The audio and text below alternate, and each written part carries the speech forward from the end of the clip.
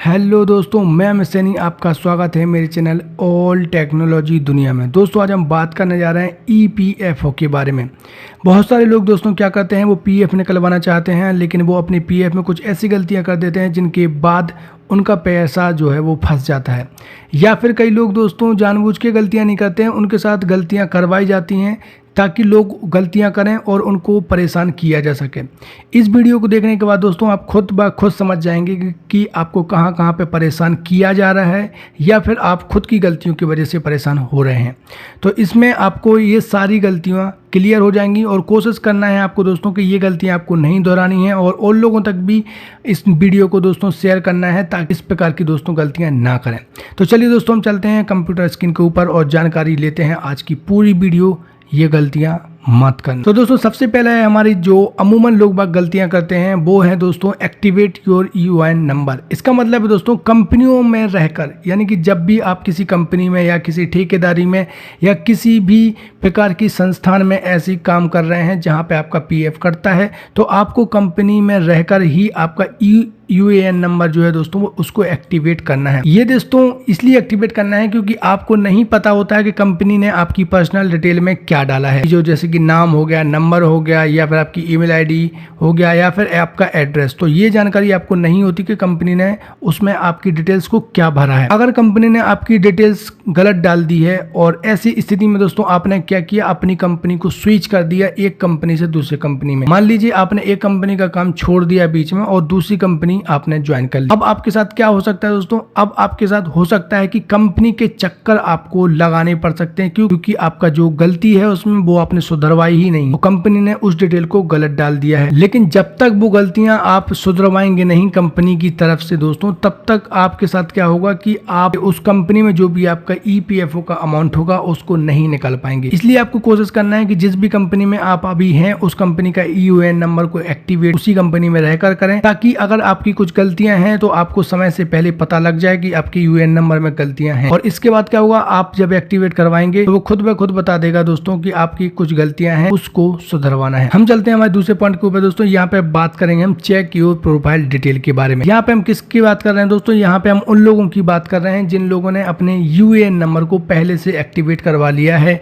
लेकिन उन्होंने कभी अपनी पर्सनल डिटेल है उसके ऊपर कभी गौर ही नहीं किया है या उन्होंने ध्यान ही नहीं दिया है। ऐसी स्थिति में क्या होगा दोस्तों, जब भी आप अपना पैसे को विड्रॉल करवाने के लिए एप्लीकेशन दर्ज करेंगे ऑनलाइन, या फिर आप किसी भी एमपीओ वाले के पास जाके अपने पीएफ विड्रॉल के लिए एप्लीकेशन डालेंगे, तो ऐसी स्थिति में क्या होता है, जो उसकी एप्लीकेशन है उसको एक्सेप्ट ही नहीं किया जाता है, क्योंकि जो आपकी जो आधार कार्ड की डिटेल्स है, पैन कार्ड की डिटेल्स है, या फिर जो आपकी बैंक पासबुक की डिटेल्स है, वो आपके पीएफ की डिटेल्स के अनुसार नहीं है या उसमें जो जानकारी है उसके अकॉर्डिंग नहीं हो पा रही है। ऐसी स्थिति में क्या होता है दोस्तों, आप बीच में फंस जाएंगे और आपको गलतियों का पता ही नहीं चलेगा। तो सबसे पहले आपको जो आपकी प्रोफाइल डिटेल्स है यूएएन नंबर की साइट से, जहां पे आप उसको लॉगिन आईडी की पासवर्ड के माध्यम से लॉगिन भी कर सकते हैं और अपनी पर्सनल प्रोफाइल में जाके अपनी डिटेल्स को चेक भी कर सकते हैं कि उसमें क्या क्या डिटेल डली है। वही की वही सेम डिटेल्स आपके पैन कार्ड, आधार कार्ड और बैंक की पासबुक में होनी चाहिए। इससे आपका पैसा एक बार में दोस्तों क्लियर हो जाएगा और इसमें आपको कभी भी दिक्कत नहीं। क्योंकि क्या होता है दोस्तों कि कई बार लोग कंपनी एक बार छोड़ तो देते हैं, परंतु जब वो गलतियों को सुधरवाते नहीं है और उन्होंने कंपनी को छोड़ रखा है और उसके बाद जब वो कंपनी में वापस जाते हैं डिटेल्स को सुधरवाने के लिए, तो कंपनी वाले उनको उतना भाव नहीं देते हैं या फिर उस डिटेल को सुधरवाने के लिए बहुत ज़्यादा परेशान करते हैं। इसलिए आपको कोशिश करना है कि सारी डिटेल्स को आप पहले से ही प्रोफाइल की चेक कर लें, उसमें कुछ गलतियां हो तो सुधरवा लें। हम चलते हैं अगले पॉइंट के ऊपर, जहां पे हम बोलेंगे दोस्तों keep your one UAN number. इसका मतलब दोस्तों आप सबको पता है कि आपका जो यूएएन नंबर है वो दोस्तों एक ही होना चाहिए। आप जितनी भी बार कंपनी चेक करें उतनी ही बार उसका यूएएन नंबर एक ही होना चाहिए, क्योंकि एक ही यूएएन नंबर आप कंसीडर किया जाता है। हालांकि कंपनी वाले दोस्तों इसका खुद भी पता लगा लेते हैं कि आपका अकाउंट ऑलरेडी यूएएन की साइट पर बना हुआ है या नहीं होता है, लेकिन कई बार लोग बहुत ज़्यादा समझदार होते हैं और वो बताते नहीं है कि हम चाहते हैं कि हमारी नई आईडी बन जाए, हमें नहीं बताना कंपनी वालों को हमने कहीं पर काम वाम किया। लेकिन कंपनी वालों को दोस्तों सब कुछ पता होता है, वो आपकी सारी डिटेल्स को रखते हैं। इसलिए आपको खुद से कंपनी वालों को अपनी पिछली कंपनी के बारे में जानकारी देना है या फिर आपका जो यूएन नंबर है उनको दे देना है। इससे क्या होता है दोस्तों, वो डेटा को प्रोसेस करने में उनको आसानी होती है और कुछ भी गलती होती है तो आपको तुरंत पता लग जाएगा। क्योंकि अगर मान लो उन्होंने आईडी रजिस्टर्ड करने के लिए पटक दी तो वो 20-25 दिन में वहाँ से रिक्वेस्ट होके आती है, इसमें आपका ही समय जाएगा। इसलिए कोशिश करें कि आपके पास एक ही यूएन नंबर हो। अगर आपके पास 2 से 3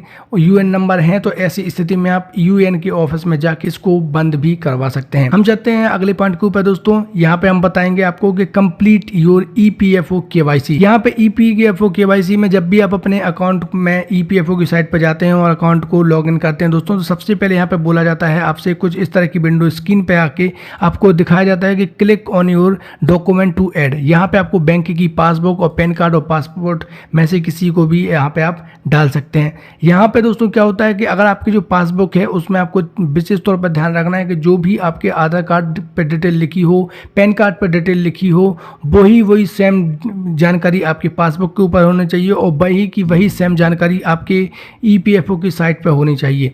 इसके बाद दोस्तों क्या होता है कि जब भी आप अपनी केवाईसी के लिए रिक्वेस्ट डाल देते हैं तो आपकी उस रिक्वेस्ट के ऊपर सुनवाई नहीं की जाती है।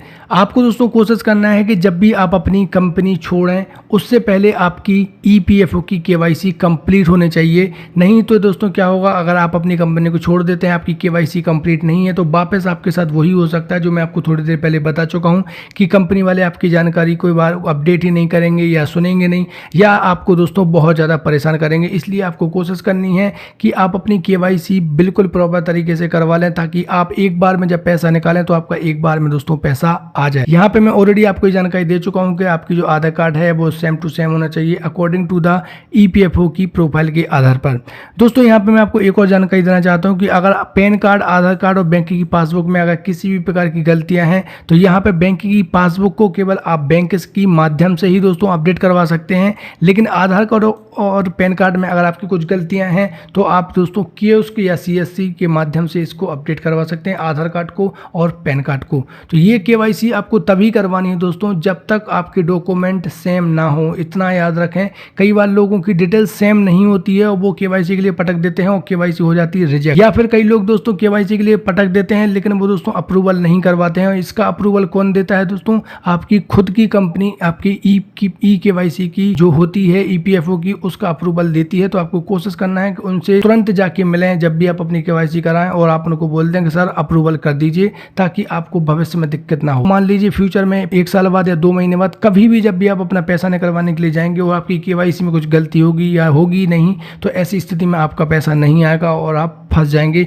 अमूमन यही ज़्यादातर लोग गलतियां कर रहे हैं। कमेंट बॉक्स में इतने सारे लोग हैं जो कमेंट करके या फिर अलग अलग तरीके से मैसेज करके इसकी जानकारी लेते रहते हैं। हम चलते हैं अगले पॉइंट के ऊपर दोस्तों। यहाँ पे मैं आपको बताऊंगा विड्रॉवल फुल ईपीएफओ अमाउंट। इसका मतलब दोस्तों आपको इस बात का ध्यान रखना है, जब भी आप अपनी किसी भी कंपनी को छोड़ें या फिर किसी भी दूसरी कंपनी को ज्वाइन करें तो इसके लिए दोस्तों आपको क्या करना है, जितना भी अपनी पिछली कंपनी में आपका जो पेंशन के द्वारा जुड़ा गया पैसा हो या फिर आपका जो प्रिंसिपल अमाउंट हो, तो यहाँ पे दोस्तों आपको तुरंत उसको विड्रॉवल करवा लेना है। आपको यह नहीं सोचना है कि मैं एक कंपनी से दूसरी कंपनी में जाऊंगा तो पहली कंपनी का अमाउंट जो है दूसरी कंपनी में ट्रांसफर कर दूंगा।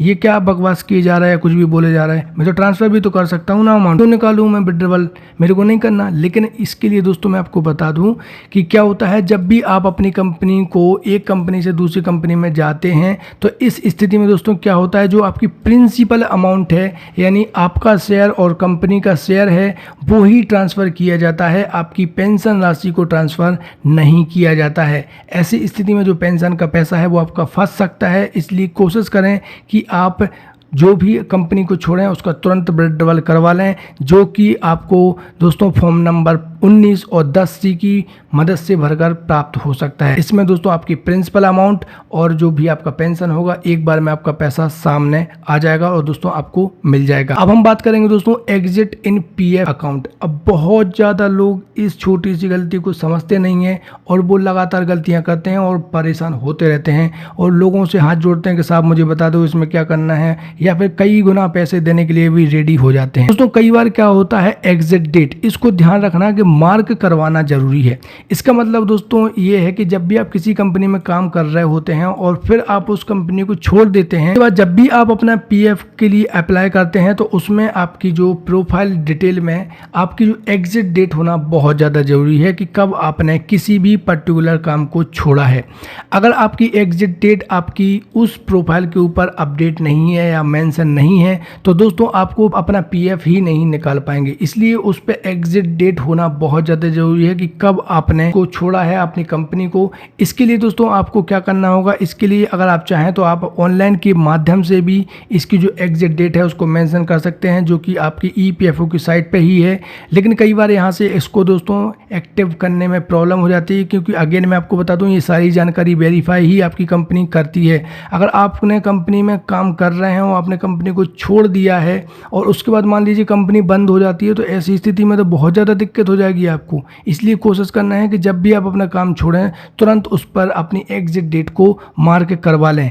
इससे क्या होगा, आपको परेशानी नहीं होगी और जब भी आप अपना पीएफ निकालने के लिए जाएंगे तो एक बार में आपका पैसा निकल के आ जाएगा। तो ये थी दोस्तों हमारी आज की जानकारी। Thanks for watching this video. EPFO से जुड़ी इस जानकारी को अगर आपको समझ में आ गई हो तो आप हमें कमेंट बॉक्स में कमेंट करें, वीडियो को लाइक करें और वीडियो को शेयर करें ताकि और भी लोग इस प्रकार की गलतियों से बच सकें। आप मुझे इंस्टाग्राम, टेलीग्राम और वेबसाइट के माध्यम से अधिक जानकारी ले सकते हैं। आपका कोई क्वेश्चन है तो आप हमें कमेंट बॉक्स में कमेंट भी कर सकते हैं। मिलते हैं अगली वीडियो में एक नई जानकारी के साथ। आप अपना बहुत ध्यान रखिए। जय हिंद दोस्तों।